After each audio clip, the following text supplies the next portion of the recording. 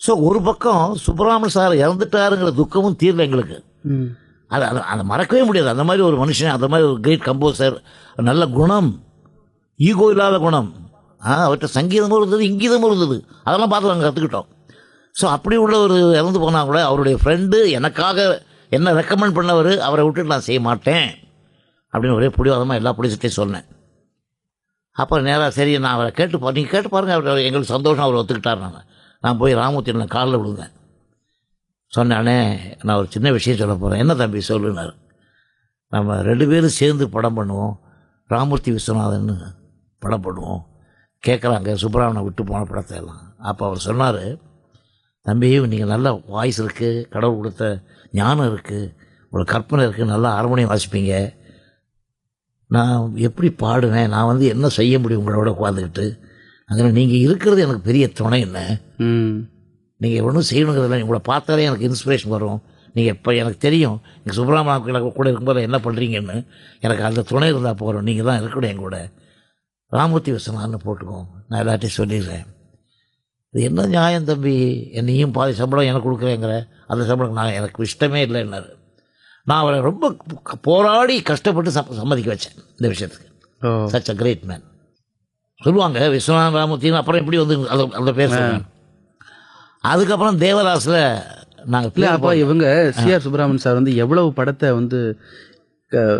ஒரு நிறைவு பண்ணாமல் இருந்தாங்க. சொர்க்கவாசல் நிறைய பண்ணல, தேவதாஸ் நிறைய பண்ணல, அப்புறம் தர்மம் எங்கேன்னு ஒரு 2 படம், தெலுங்கு படம் 2, இப்படி 2-3 படம் பாக்கி இருந்தது.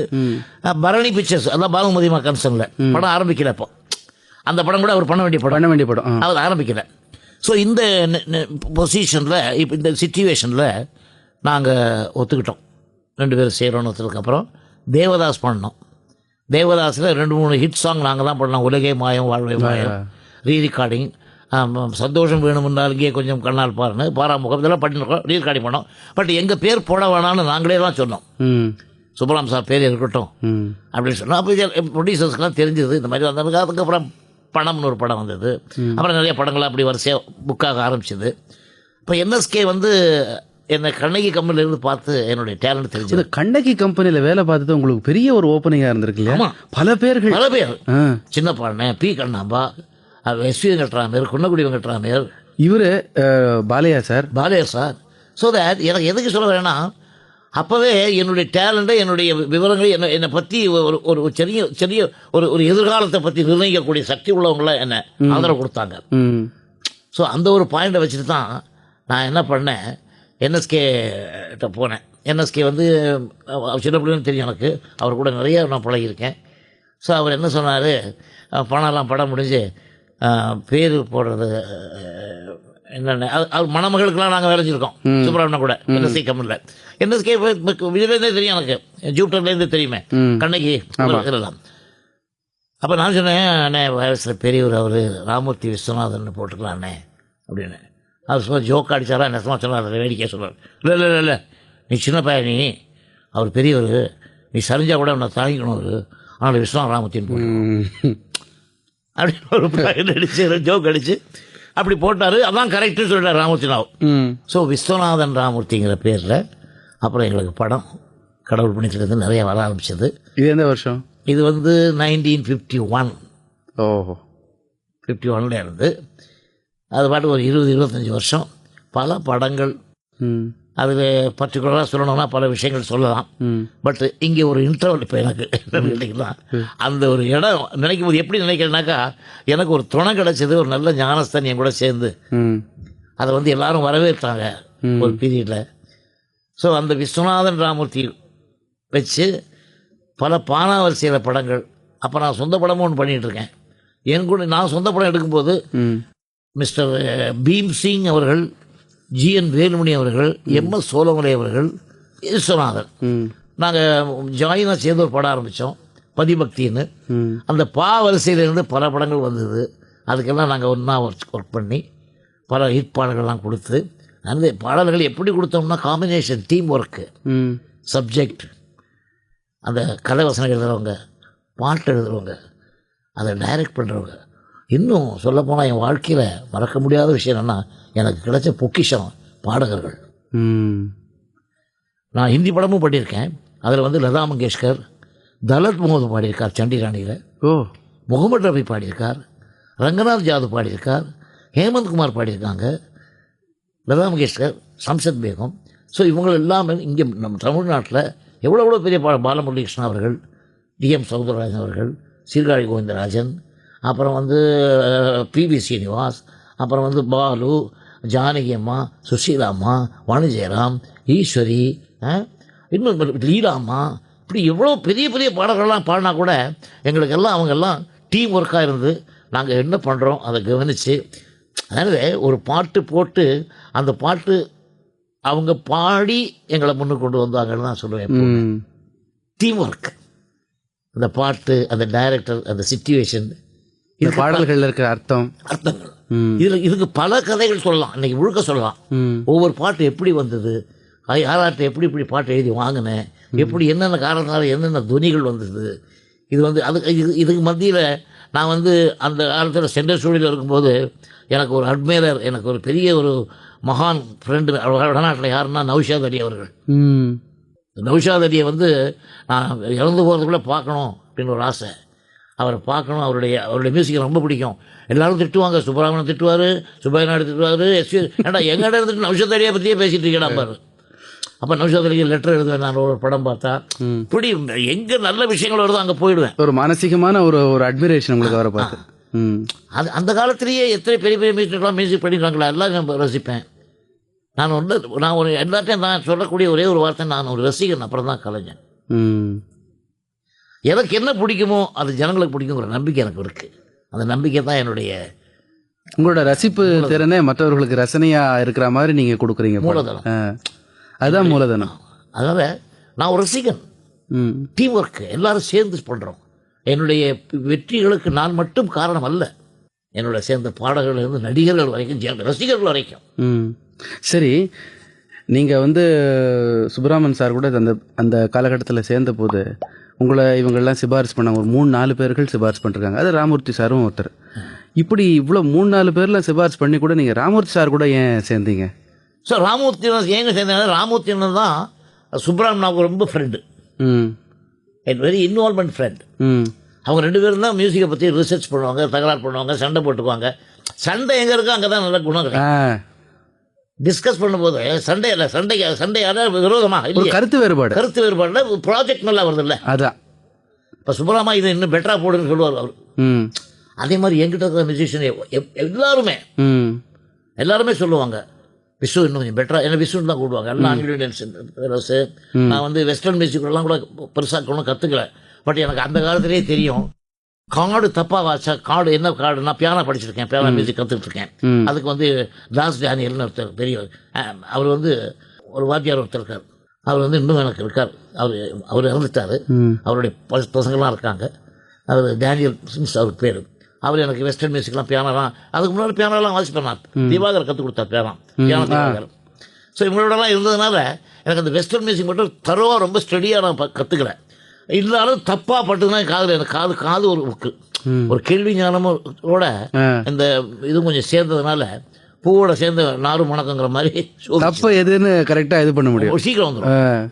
இப்போ நான் மியூசிக் கம்போஸ் பண்ணுறதுக்குள்ள அப்போ ஒரு 100 வாத்தியம் இல்லை, 200 வாத்தியம் இல்லை, 300 வாத்தியம் இருந்தாலும் சரி, அந்த சிச்சுவேஷன் சொன்னாங்கனாக்கா என்னுடைய கையால் மியூசிக் சுரத்தை எழுதி போய் ஆர்கெஸ்ட்ராவுக்கு இது வரைக்கும் கொடுத்ததே இல்லை. அப் டு நவ் இந்த ஸ்பாட்டுக்கு போனேன்னாக்கா அது 5 பேர் ஆர்கெஸ்ட்ரா இருந்தாலும் சரி, 50 பேர் இருந்தாலும் சரி, 100 பேர் இருந்தாலும் சரி, அங்கேயே மியூசிக் சொல்லி வாசிக்க சொல்லி அவங்கள இம்ப்ரூவ் பண்ணி அப்படி தான் பழக்கம் இன்றைக்கி வரைக்கும். மியூசிக் சொரத்தை கையில் எழுதுனதே இல்லை, அது ஒரு ஸ்கூல் அப்படி பழகி. அதே மாதிரி ரீரெக்கார்டிங்லாம் படம் பார்த்தோம்னாக்கா நாங்கள் ஸ்டாப் வாட்ச் வச்சு பார்க்கவே மாட்டோம். கரெக்டாக அந்தந்த இடத்துக்கு மியூசிக் போய் கரெக்டாக விழணும். அதனால் ஒரு விஷயம் சொல்கிறேன் உங்களுக்கு. நான் வந்து நௌஷாத் பேசிகிட்டு இருக்கும்போது ஒரு சின்ன விஷயம் சொன்னார். அதாவது சாமி கும்பிட்றேன்னு வச்சுக்கோ, அது எனக்கு வந்து இந்த நெத்தியில் விபூதி குங்குமம் பார்த்தீங்க இல்லையா? ஆமாம். இந்த விபூதி குங்குமம் வந்து நான் 4 வயசுலேருந்து போட ஆரம்பித்தேன். 3 வயசு 4 வயசு. ஏன்னு கேட்டால் இது இருந்தால் தான் எங்கள் அம்மா இட்லி கொடுப்பாங்க எனக்கு. என்னுடைய தாய் ஒரு யாரும் கிடைக்காத ஒரு தாய், ஒரு நல்ல பதிவுகளை ஏற்படுத்தியிருக்காங்க. ரொம்ப அதாவது என்ன வாழ்க்கை, என்ன சமாச்சாரம், இது அவ்வளோ சொல்லிக் கொடுத்த தாய். நான் என்னுடைய தாய் இறந்ததுக்கப்புறம் கூட நான் இருப்பேனா, நான் சூசைட் பண்ணிக்கலாம் முயற்சி பண்ணேன். அப்படி ஒரு தாய்.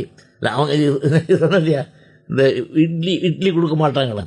ஸோ இந்த குங்குமம், இந்த விபூதி, இந்த சாமி பக்தியெல்லாம் எப்படின்னாக்கா, சாமி கும்பிடுவேன். சாமி கும்பிடும்போது வேற எங்கேயாவது சிந்தனை இருக்கும். உங்ககிட்ட சீரியஸாக பேசிட்டு இருப்பேன், வேற எங்கேயாவது திங்கிங்கில் இருப்பேன். படம் பார்ப்பேன், வேற எங்கேயாவது திங்கிங்கில் இருப்பேன். கம்போசிங்க்கு பொட்டியை கையில் எடுத்தேன்னாக்கா, கவிஞர் இருந்தாருனாக்கா எதுக்கு கொலை நடந்தாலும் தெரியாது அப்படின்னு சொன்னேன் நான் நௌஷாத் கிட்ட. அதுதான் உன்னுடைய மெடிடேஷன் அப்படின்னாரு. அதுதான் உன்னுடைய தெய்வம், அதுதான் உன்னோட தண்ணி நல்லா இருக்கேன். அது உண்மை. அது ஒரு எக்ஸாம்பிள் கூட சொல்கிறேன் உங்களுக்கு.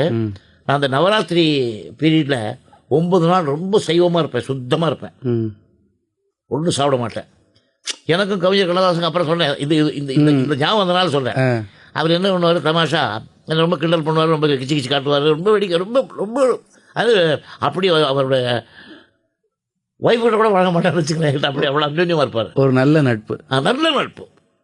2 நாள் அவரை பார்க்கலன்னா ஃபோன் பண்ணி வேறு தப்பாலாம் கேட்டுருவார். ஸோ இவர் என்ன பண்ணார், ஒரு நாளைக்கு அந்த 9 days விரதம் இருந்தார்ல, அப்போ அவர் மாதிரி என்ன ரொம்ப ரெசிஸ்டி சாப்பிட்டுட்டு இருக்காரு. என்னமோ சாப்பிட்டியாடா அப்படின்னாரு. கொடுங்க சாப்பிட்றேன் அப்படின்னு சாப்பிட்டேன். இவங்களாம் இருக்காங்க, கம்போசிங் ஒன்றும் சொல்லலை, பாட்டு மெட்டெல்லாம் முடிஞ்சு போச்சு. மெட்டு முடிஞ்ச போது இந்த விஸ்வநாதனை விஷம் வச்சு கொல்லணும்னாக்கா வேலை செய்யும்போது கொடுத்தா செத்துருவான். என்ன கவிஞர் என்ன, டேய் நான் சாப்பிட்டது நண்டு சூப்புடானாரு. நான் அந்த 9 நாள் தொட மாட்டேன் இந்த சரஸ்வதி பூஜை இருக்கேன். அன்னைக்கு நண்டு சூப் கொடுத்தாரு எனக்கு வேலை செய்யும்போது. அது மெட்டு. அதனால் செய்யும் தொழிலே தெய்வம். அதுல ஒரு ஈர்ப்பு லைஃப் ஏற்பட்டதுனால என்ன கொடுத்தா என்ன சாப்பிட்டோம் எதுவும் தெரியல.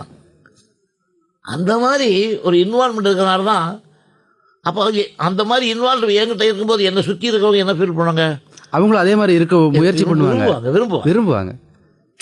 போட்டு பரிதாபத்துக்காக இவன் இப்படி கஷ்டப்படுறான்னு நம்மளும் கொஞ்சம் ஒத்துழைச்சி போவோம். ஆனால் அப்போ இருந்தவங்கள ஈவன் மீ எங்கள் உள்ள இருக்கிறவங்கெல்லாம் உழைக்க தெரிஞ்சுது, பிழைக்க தெரியல. ஆனால் அதை பற்றி கவலைப்படலை. இந்த பிழைக்க தெரிஞ்சதுங்கிற ஒரு பாயிண்ட்டுக்காக தான் இன்றைக்கும் மக்கள் மனதில் நாங்கள் இன்னும் இருந்துகிட்டு இருக்கோம். எங்கே போனாலும் இப்போ சமீபத்தில் மலேசியா போயிருந்தேன். 5000 பீப்புள். அங்கே என்ன நடந்ததுனாக்கா, கவிஞருடைய நினைவு நாள் விழா. அந்த விழாவில் அங்கே வந்து தியேட்டரில் இடமே இல்லை, டிக்கெட்டில் ஃப்ரீயாக பண்ணுறாங்க. நான் டிஎம்எஸ் அவர்கள் போயிருந்தோம், யூகி சிவம் அவர்கள், அப்புறம் சாலமன் பாப்பையா அவர்கள், இவங்கெல்லாம் போயிருந்தோம். கவிஞருடைய நினைவு நாள். அதை வந்து 5000 பேர் தான் உட்கார முடியும். உள்ளே போகிறச்ச டிக்கெட் இல்லாமல் 7000 பேர் இருக்காங்க, நிற்கிறாங்க, உட்காந்துருக்காங்க. இப்படி ஒரு ஷோ நடந்துட்டுருக்கு. அதில் கவிஞரை பற்றி பேசி பேசி பேசி நானும் அவங்களாம் எழுத வச்சு எல்லாம் முடிஞ்சதுக்கப்புறம் எல்லாம் பார்த்தீங்கன்னாக்கா, அது என்ன ஒரு முக்கியமான விஷயம்னாக்கா, அந்த தமிழ் பெற்றவங்களுக்கு இங்கே இருக்கிற மக்களை விட அங்கே ஜாஸ்தி இருக்குது. இந்த 7 மணி நேரம் உட்காந்து மேடையில் கேட்டிருக்காங்க பாருங்க. காதல் பாட்டு ஒரு 5 பாட்டு, பக்தி பாட்டு ஒரு 5 பாட்டு, தத்துவ பாட்டு ஒரு 5 பாட்டு, அங்கே இருக்கிற பாடினாங்க. ஸோ அங்கே போய் பார்க்கும்போது தான் தெரியுது அந்த தமிழுக்கு என்ன ஒரு மரியாதை இருக்குது. இங்கே இருக்கிற கலைஞர்கள், ஒரு கவிஞர் மேலேயோ, ஒரு ஜி ராமநாதையோ, கேவி மகாதேவன், இங்கே இருக்கிற நடிகர்கள் சிவாஜி கணேசன், எம்ஜிஆர், கடைசியில் விஸ்வநாதன் வச்சுங்களேன், டிஎம்எஸ், இவங்களுக்கெல்லாம் எவ்வளோ அபிமானம் வச்சுருக்காங்க, எவ்வளோ மரியாதை இருக்குது. அவங்க எவ்வளோ லைக் பண்ணுறாங்கனாக்கா அது என்ன காரணம், அவங்கள சந்தோஷப்படுற நேரத்தில் அவங்களுக்கு சந்தோஷப்படுறோம், அவங்க வாழ்க்கையில் பாதிக்கிற நேரத்தில் வாழ்க்கையில் பாதிக்கிறோம். பல தத்துவ பாடல்கள், பல இன்ப பாடல்கள், என்னென்னச்சோ அவங்க வாழ்க்கைக்கு என்னென்ன வேணுமோ இல்லை, வாழ்க்கையில் ஏதோ ஒரு காலகட்டமோ இல்லை எந்த ஒரு நிகழ்ச்சியிலையாவது இந்த பாடல்கள் வந்து ஏய்ந்து போயிடுறது, சங்கமமாக இருக்குது. அப்படி உள்ள பாடல்கள், அப்படி உள்ள கதைகள், அப்படி உள்ள நடிகர்கள் இதெல்லாம் சேர்ந்தாக்கா இறக்கும் மனிதர்கள் இரவா பாடல்கள் சொல்லுவாங்க இல்லையா, வேறுபடுத்தி பார்க்க முடியல. மாட்டல் மேன் இம்மாட்டல் மெல்லிசா என்ன சொல்லுவாங்க, அது மாதிரி அப்படிலாம் இருக்க காரணம் என்னன்னாக்கா அந்த உழைப்பு தான், டீம் ஒர்க். அதனால சொல்லுவாங்க. இப்போது இவங்க சுப்பையா நாயுடு அவங்களோட இருக்கிறச்சு நீங்கள், அப்போது அங்கே பல வாத்திய கருவிகள் இருந்திருக்கும். அப்போ குறிப்பாக நீங்கள் ஹார்மோனியத்தை ஏன் தேர்ந்தெடுத்தீங்க? இல்லை இல்லை, ஹார்மோனியத்தை ஏன் தேர்ந்தெடுத்தேங்கிறத விட வேறு எந்த வாத்தியத்தையும் வச்சுட்டு பாட முடியாது இல்லையா. ஆமாம் ஆமாம். வயலின் வாசிக்கும் பாட முடியாது, ஃப்ளூட் வாசிக்கும் பாட முடியாது, மேண்டலின்லையும் பாட முடியாது. இது ஒன்று தானே பாட முடியும். ஸோ பாட்டுக்கு எனக்கு துணை. இந்த ஹார்மோனி போட்டிங்கன்னா பிடிக்கிட்டிங்கன்னா பாடவே மாட்டேன், பாட வராது. அது ஹார்மோனி போட்டிங்கிறது ஒரு ஒரு கைடன்ஸ். அதே மாதிரி பியானோவில் நல்லா ப்ராக்டிஸ் பண்ணியிருக்கேன், கீபோர்டு எல்லாம் அதான் சாவி பலகைன்னு ஒன்று இருக்கு. இப்போ சாவி பலகை கீபோர்ட் இல்லை, அதுக்கும் திறமை வேணும். ஆமாம், அதுலேயும் விஷயங்கள் இருக்கு. நமக்கு வந்து அது என்னன்னு தெரியல வழிய எலக்ட்ரானிக்கல் இன்ஸ்ட்ருமெண்ட்டு அதுலேயும் சில விஷயங்கள்லாம் கொடுத்துருக்கான். எந்தரோ மகானுபாவர்கள் அதுக்குன்னு ஒரு மாஸ்டர், அதுக்குன்னு ஒரு பயிற்சி. அதையும் நான் தவறாக சொல்லலை. பட் எனக்கு வந்து ஓரளவுக்கு தான் நம்மளுக்கு எல்லாம் லைவாக பண்ணி அங்கேயே கொடுத்து அப்படியே கொடுத்து வாசிச்சு. பியானோலாம் நம்ம வந்து ஃபீட் பண்ண மாட்டோம், எல்லாம் கையிலலாம் வாசிச்சோம். அந்த காலத்தில் இப்போ பியானோ பாட்டு எத்தனை பாட்டு கேட்டிருப்பீங்க? பாட்டுன்னு கேட்டேன், பரவசமான. அதுக்கப்புறம் பாடுவோர் பாடினார். அப்புறம் வந்து என்ன என்ன வார்த்தைகளோ, ஐயோ எவ்வளோ பாட்டுகள், எல்லாம் லைவ் தானே. ஆமாம். அப்புறம் இவங்களோட சேர்ந்து பணியாற்ற துவங்கினீங்க இல்லையா ராமூர்த்தி சார் கூட, அந்த காலகட்டம், அந்த அந்த அனுபவங்களை கொஞ்சம் சொல்ல ஆரம்பிக்கல. முதல் படம் என்ன? முதல் படம் பணம்னு சொன்னேன். பணம். அதுக்கப்புறம் வரிசையாக பதிபக்தி, பாசமலர், பாசவலை, அதுபடி நிறைய படங்கள் போயிட்டே இருந்தது. மாடல் டேஸுக்கும் போவோம், எல்லாம் பண்ணோம், எல்லாம் ஒர்க் பண்ணிட்டு இருந்தோம். அப்புறம் கடைசியில் என்னென்னா ஒரு சில பேர் தப்பாக நினைக்கிறாங்க, நாங்கள் சர்ப்ரைஸ் ஆகிட்டோம், பிரிஞ்சிட்டோம், நாங்கள் பிரியப்பட்டோம் அப்படின்லாம் இல்லை. இல்லை, அப்படி இல்லை அது. ஸோ அவருக்கு ஒரு ஒரு ஒரு ஒரு எண்ணம் வந்தது இல்லையா, நம்ம தனித்தனியாக பண்ணி பார்ப்போமே. ஆமாம், கொஞ்ச நாளைக்கு அப்படிங்கிறதான் ஒழிய மறுபடியும் சேர்ந்துட்டோம், மறுபடியும் ஒன்றா தான் இருக்கோம். இப்போ நாங்கள் வந்து இந்த தொழில் தனித்தனியாக செஞ்ச மொழியை நாங்கள் பிரியலை. அது சில பேர் அப்படி சொல்லிட்டு இருப்பாங்க, அதில் அவ்வளோ நான் கவனம் செலுத்துகிறேன். இப்போ நீங்கள் பல ஒரு இசையமைப்பாளர்களோட உங்களுடைய முன்னோடிகள் அப்படின்னு சொல்கிறீங்களா, அந்த முன்னோடிகளோடு நீங்கள் பணியாற்றிக்கிட்டு இருக்கீங்க, அவங்க கூடயே இருந்திருக்கிறீங்க. அவங்க பல காலகட்டங்களில் சரியாகவும் பண்ணியிருப்பாங்க, சில இடத்துல தவறாகவும் அவங்க வந்து மியூசிக் போட்டிருப்பாங்க. மெட்டு போடுறச்ச நீங்கள் கூட ஒரு இன்சிடெண்ட் சொன்னீங்க, நீங்கள் தனியாக ராத்திரி போய் இது பண்ணுறச்ச, நீங்கள் இவங்கள்லாம் போய் 3 பேரும் சேர்ந்து அங்கே இசையை நீங்கள் ஒரு மெட்டு போட்டுட்ருந்தீங்க அப்படின்னு. அது மாதிரி சில தவறாக ஒரு மெட்டு இவங்க போடுறச்ச அப்போ உங்கள் மனசு எப்படி இருந்தது? ஐயோ இதை சரியாக நீ இப்படி போடக்கூடாது, அப்படி போடணுமே அப்படின்ற ஒரு துடிப்பு இருந்ததா?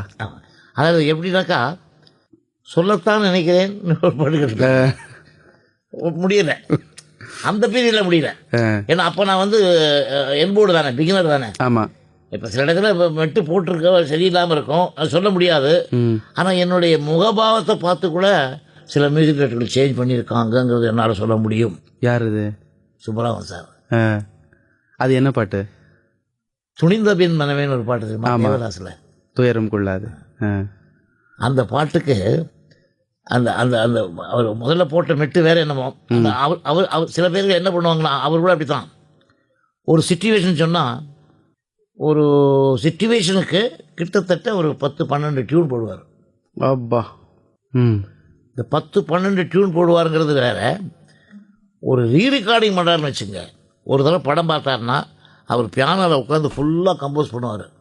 நான், ராமூர்த்தி அண்ணன், லிங்கப்பா சார், கோவத்தனா எல்லாம் இருப்பாங்க. அவங்களாம் நோட்ஸ் எழுதி நாங்கள் மிஸ் பண்ணிடுவோம், அவர் மிஸ் பண்ண மாட்டார். Memory power. அப்படி ஒரு பெரிய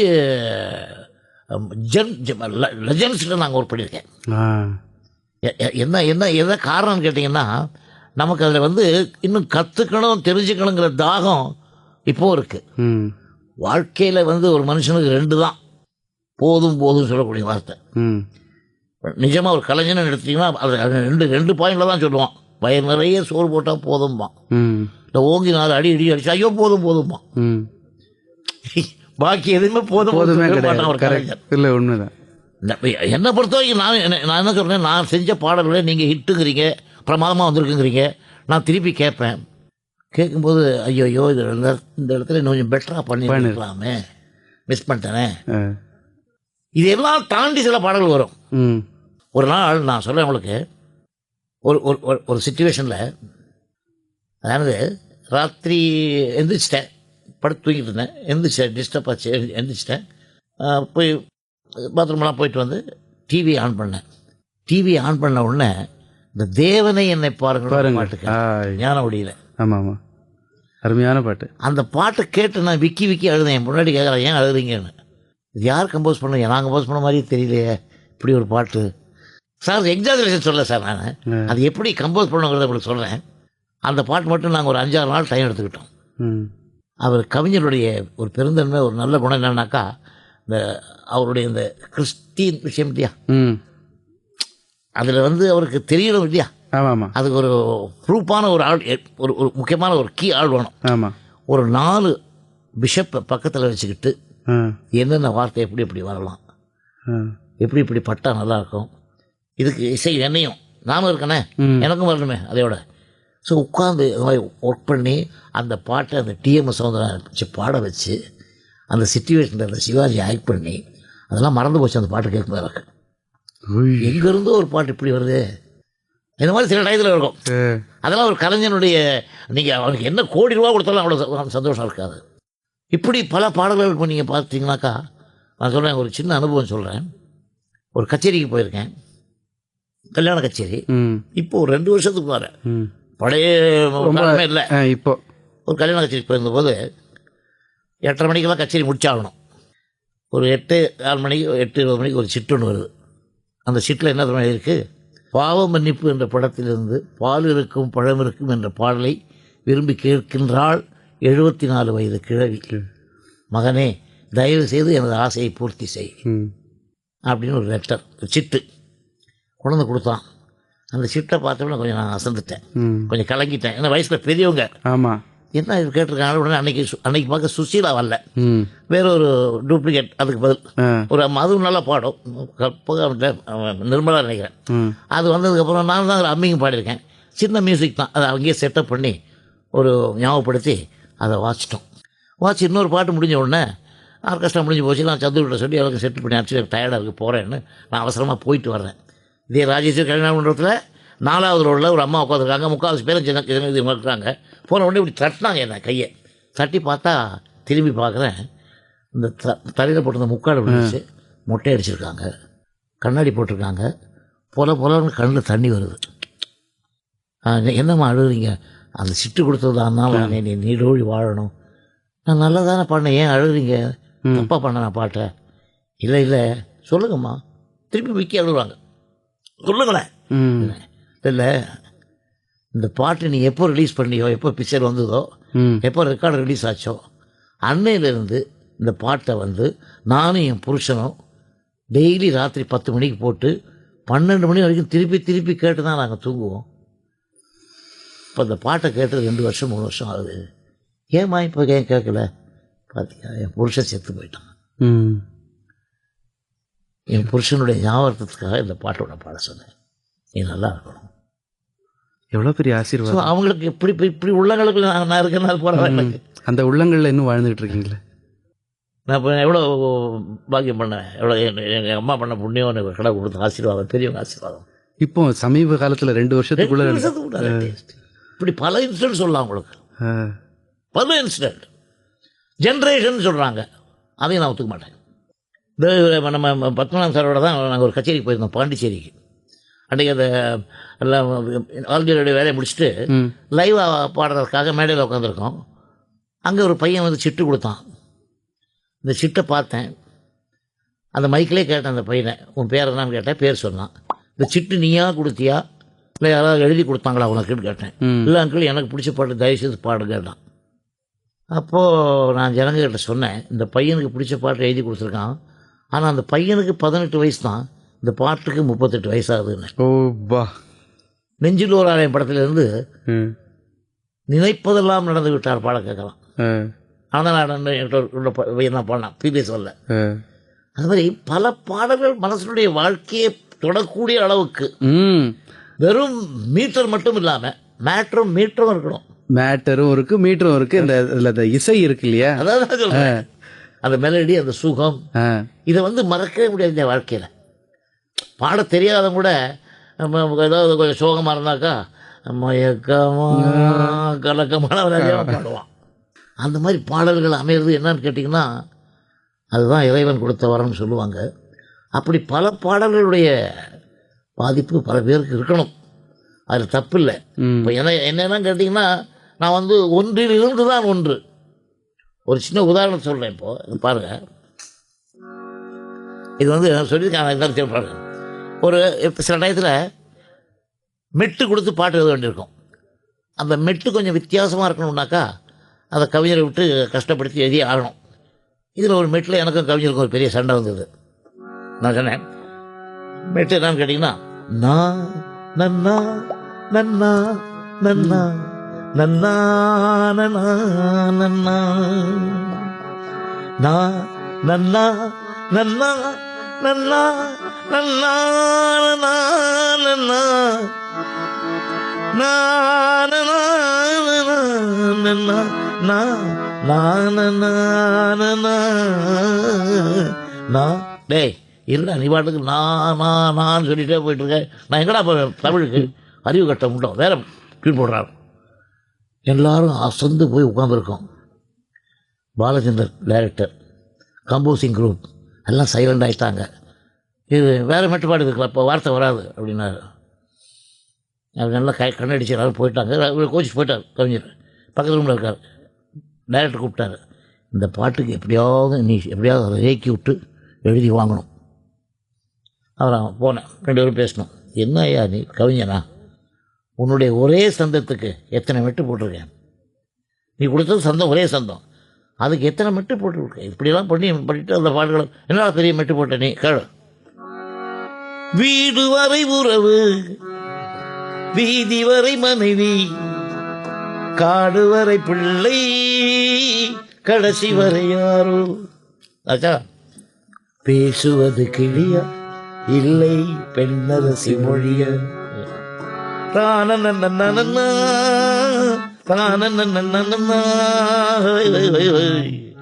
வீடு வரை உறவு இல்லை, வீதி வரை மனைவி, காடு வரை பிள்ளை, வீடு வரை உறவு, பேசுவது கிளியா பெண்ணரசி மொழியா.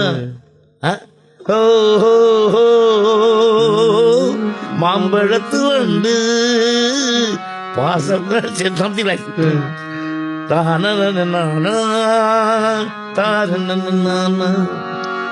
வீடு வரை உறவு, வீதி வரை மனைவி, காடு வரை பிள்ளை, கடைசி வரையா, வீடு வரை உறவு, வீடு வரை உறவு. அதுதான் ஒரே சந்தத்துக்கு. இன்னும் வேணுமா?